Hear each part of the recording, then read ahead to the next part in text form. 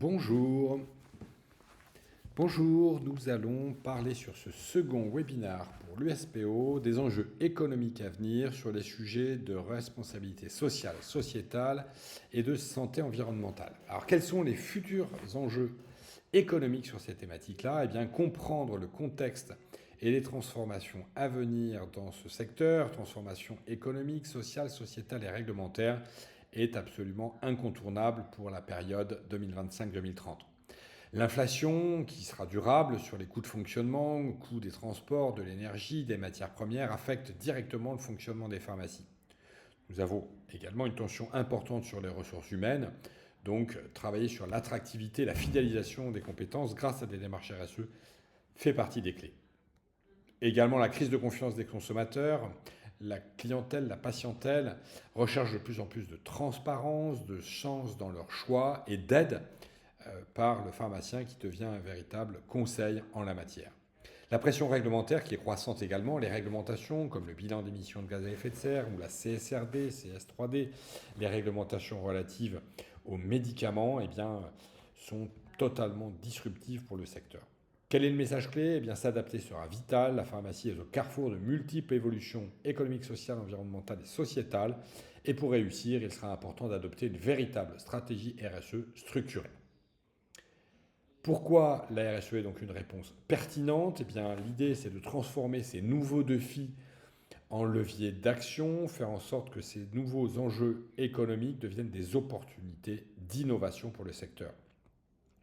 Réduire les gaspillages, maîtriser les coûts, eh bien, ça fait partie de l'augmentation de la productivité, optimiser nos déchets, réduire les consommations d'énergie, permettra une réduction significative de nos charges, de nos comptes d'exploitation.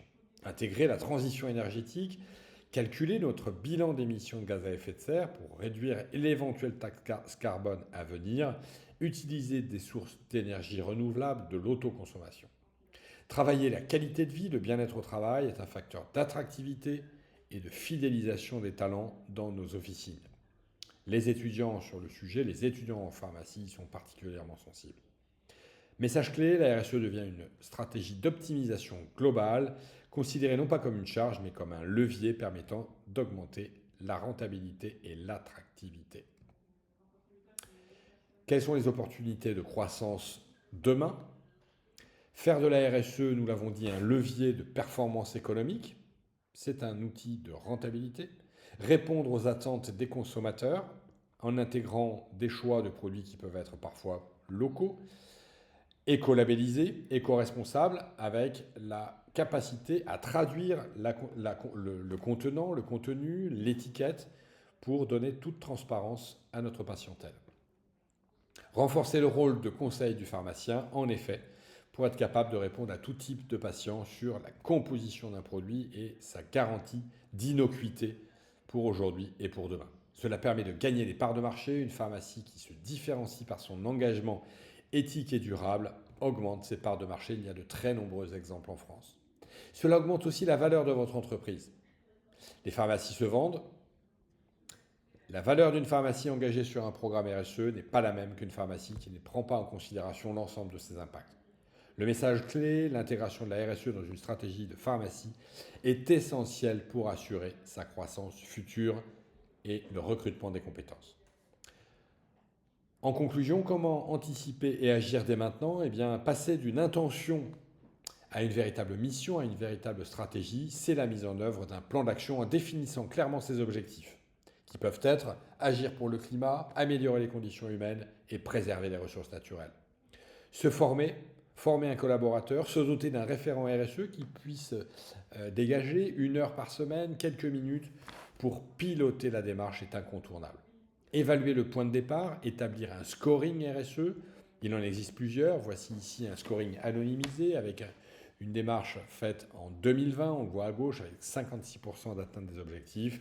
Et bien en 2024, cet établissement a atteint le plus haut niveau de ce qui peut se faire actuellement dans la démarche à très haute qualité sanitaire, sociale et environnementale, transformée en label récemment, reconnu en France et en Europe. Bien sûr, dans le plan d'action, privilégier et prioriser les actions rentables sur le court terme, permettant de réduire la production de déchets, l'énergie, le gaspillage ou le turnover.